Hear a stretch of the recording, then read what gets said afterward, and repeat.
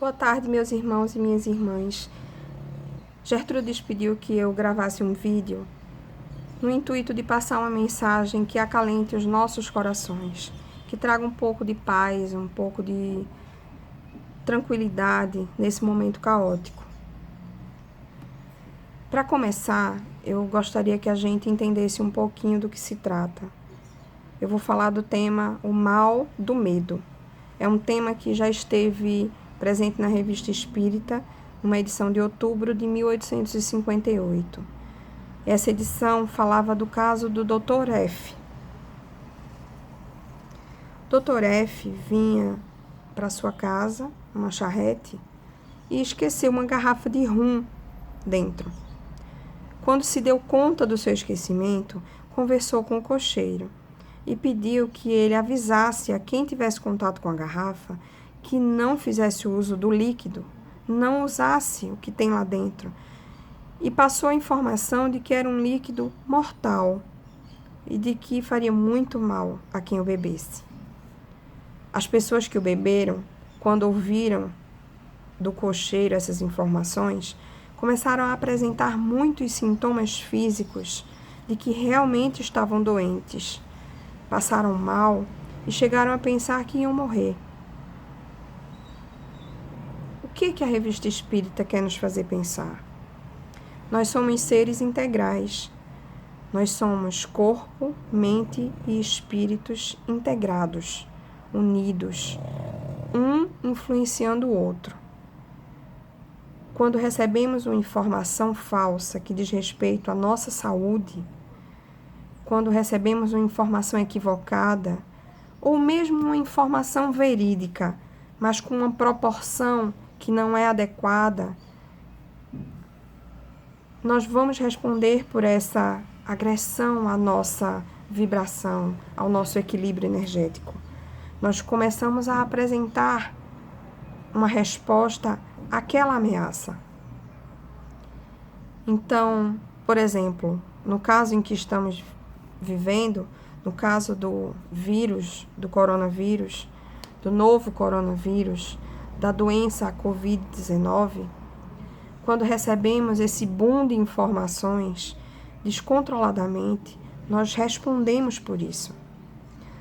Nosso corpo responde, nossa mente responde, nosso espírito responde. Como é que nosso corpo responde? Nosso corpo, ele libera, através do sistema límbico, vários hormônios. E numa situação como essa de ameaça, de uma onda generalizada de pânico, nosso corpo responde com a liberação, por exemplo, da adrenalina. Então, a nossa respiração fica acelerada, ofegante, que já condiz com um dos sintomas da Covid-19. Nosso coração acelera, e isso é muito grave, porque pode nos levar, por exemplo, a uma situação de ataque de pânico. Também temos a liberação do cortisol, que é o hormônio do estresse. Nosso corpo inteiro fica reteso, fica tenso. Nossa musculatura sofre, sentimos dores físicas por essa tensão da musculatura. Mas não é só isso. A nossa mente é afetada, e com a mente eu quero dizer que o nosso comportamento, os nossos sentimentos e os nossos pensamentos são afetados. Nós passamos a agir de uma forma que representa esse temor. Eu estava ontem, por exemplo, fazendo algumas compras no supermercado, porque nós precisamos nos alimentar, e as pessoas estavam em completo pânico no mercado.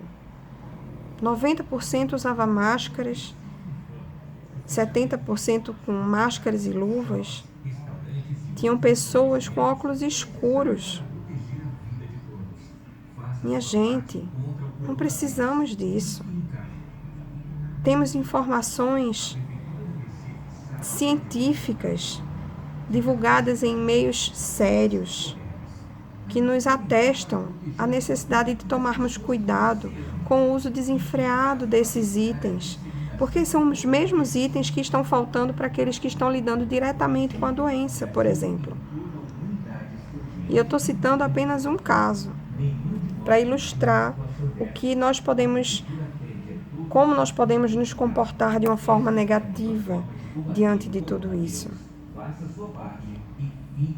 A recomendação, inclusive, da Federação Brasileira Espírita é que nós fiquemos em casa. E ficar em casa não é um isolamento total, é um isolamento físico para preservar aqueles que amamos, para preservar o próximo. É uma prática de caridade. Se nós formos pensar em como isso repercute no espírito, nós emitimos a nossa vibração e a nossa vibração influencia na vibração do nosso próximo, do nosso irmão, e as vibrações vão tomando uma proporção maior. Vocês já pararam para pensar como está a psicosfera do planeta nesse momento? Qual é a vibração que nós estamos emitindo quando estamos reproduzindo essa onda de pânico e de pavor? Nós precisamos identificar em nós esses gatilhos estressores. É algo nosso? É algo que está sendo influenciado sobre nós? Sim, pessoal. Nós também respondemos pela influência negativa sobre nós. Existe uma orbe de espíritos em desequilíbrio e em profundo sofrimento que gozam do nosso sofrimento. Quando você está em profundo desequilíbrio e você vê o irmão também em desequilíbrio, você tampona o seu próprio sofrimento. Com a falta de um esclarecimento necessário, de um esclarecimento cristão, de um esclarecimento moral necessário, esses irmãos acabam aumentando uma vibração negativa sobre nós, sobre esse momento que estão vivendo, de maneira a não sentir o seu próprio sofrimento e a sua própria dor. O que nós podemos fazer nesse momento? Diz o Evangelho, pôr em prática a nossa fé, o exercício da fé. Eu gostaria de ler um trechinho do Evangelho, que foi o livro da codificação que tomei por base. No capítulo 5, Bem-aventurados os aflitos, no item 19, nós temos o mal e o remédio. No início, ele nos fala do momento, não só esse, dos que já passaram e dos que virão, de prantos e ranger de dentes, de profundo sofrimento, porque estamos em momento de transição, sendo postos à prova a todo instante. E como responder a isso de uma forma saudável, espiritualmente, moralmente falando? Através do exercício da fé. Nesse mesmo item 19, um pouco mais à frente, ele diz um trechinho muito importante. É a fé o remédio certo do sofrimento. Ela mostra sempre os horizontes do infinito, diante dos quais se apagam os poucos dias sombrios do presente. E isso nos aquieta o coração. Por quê? Porque nos faz lembrar que aqui é uma passagem. Esse sofrimento, ou o sofrimento que trazemos de outras encarnações, ou outros sofrimentos que vivenciamos, não nos dizem quem nós somos, não atestam o nosso futuro. É uma passagem. E como nós vamos enfrentar esse sofrimento, é o que vai nos dizer se estamos seguindo por um caminho saudável ou não. Nós não podemos mudar o que nos acontece, mas podemos sim mudar a forma como reagimos a isso.